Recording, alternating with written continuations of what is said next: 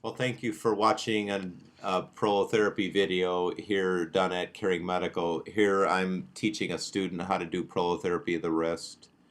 Um, the student's learning comprehensive Hackett-Hemwall prolotherapy.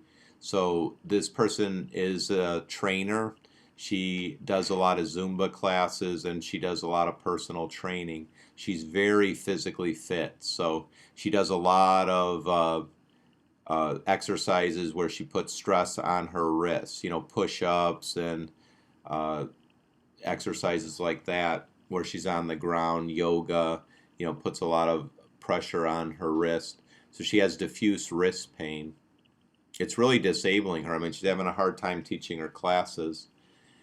We're going to do both rows of the carpal bones, and as most people know, the wrist is just 8 bones in a sea of ligaments. There's something like 27 ligaments in the wrist alone, so you can imagine how easily it would be to injure one of those ligaments.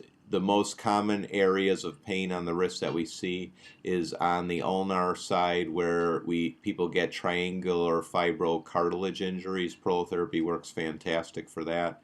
And then where she is now, she's treating around the navicular bone and the scapholunate ligament there. We see a lot of injuries on that because that area gets a lot of the force when your wrist is flexed, like when you're on the ground doing a push-up.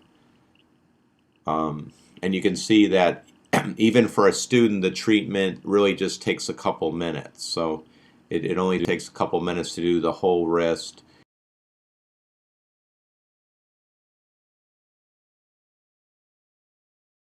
When we're done, this client should be able to do all of her exercises with no problem, unlimited.